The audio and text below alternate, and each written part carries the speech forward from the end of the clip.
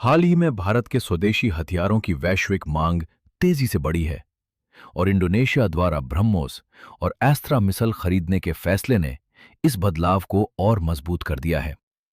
कभी दुनिया का सबसे बड़ा हथियार आयातक माना जाने वाला भारत अब धीरे धीरे एक बड़े डिफेंस एक्सपोर्ट हब के रूप में अपनी पहचान बना रहा है। सबसे ज्यादा चर्चा ब्रह्मोस सुपरसोनिक क्रूज मिसाइल की है, जो ध्वनि की गति से लगभग 3 गुना तेज उड़ान भरते हुए लंबी दूरी तक बेहद सटीक हमला करने में सक्षम है। फिलीपींस, इसके बाद वियतनाम और अब इंडोनेशिया भी इसे अपनी सैन्य ताकत का हिस्सा बना रहे हैं। दूसरी ओर आकाश एयर डिफेंस सिस्टम ने भी वैश्विक स्तर पर अपनी विश्वसनीयता साबित की है। आर्मेनिया इसका पहला विदेशी खरीदार बना और कई अन्य देशों ने भी इसमें रुचि दिखाई है।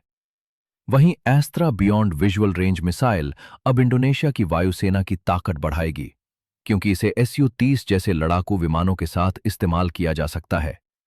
भारत केवल मिसाइलें ही नहीं, बल्कि Pinaka multi barrel rocket launcher, ATAGS artillery gun, artillery shells, military trucks, naval platforms, torpedoes, Dornier 228 aircraft, radar, bulletproof jackets और इलेक्ट्रॉनिक वॉरफेयर सिस्टम्स भी 80 से अधिक देशों को निर्यात कर रहा है।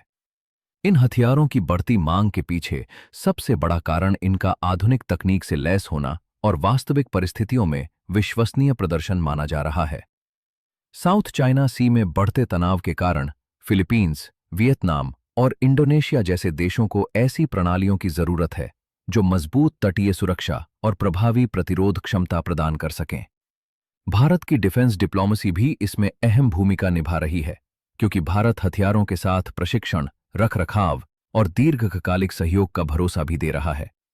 सरकार ने वर्ष 2029-30 तक रक्षा निर्यात को 50,000 करोड़ रुपए तक पहुंचाने और घरेलू रक्षा उत्पादन को 3 लाख करोड़ रुपए के स्तर तक ले जाने का लक्ष्य रखा है। हालांकि चुनौतियां भी कम नहीं हैं। रिसर्च एंड डेवलपमेंट पर निवेश बढ़ाना, एक्सपोर्ट के बाद मेंटेनेंस नेटवर्क तैयार करना और ग्लोबल सप्लाई चेन को मजबूत बनाना भारत के लिए जरूरी होगा।